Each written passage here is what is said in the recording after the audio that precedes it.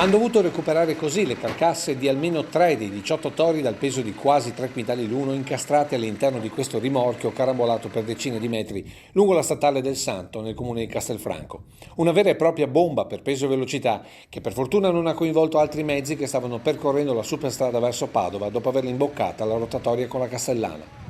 L'incidente verso le 9:30 di questa mattina, quando il camion con rimorchio, dopo aver caricato il bestiame da un allevamento di Vedelago, ha imboccato la statale per raggiungere un macello nel Veronese.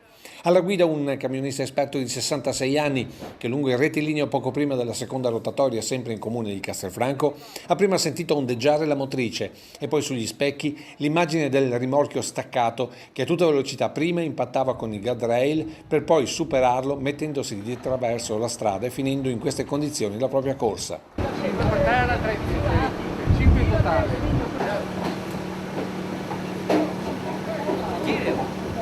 Molto probabilmente è un cedimento strutturale la causa del distacco della motrice che aprendosi nell'impatto ha permesso ad alcuni capi di muoversi liberamente lungo la carreggiata.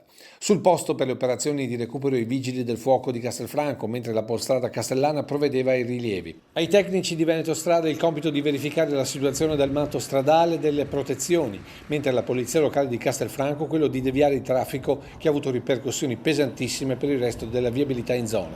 Solo nel tardo pomeriggio la statale è stata riaperta.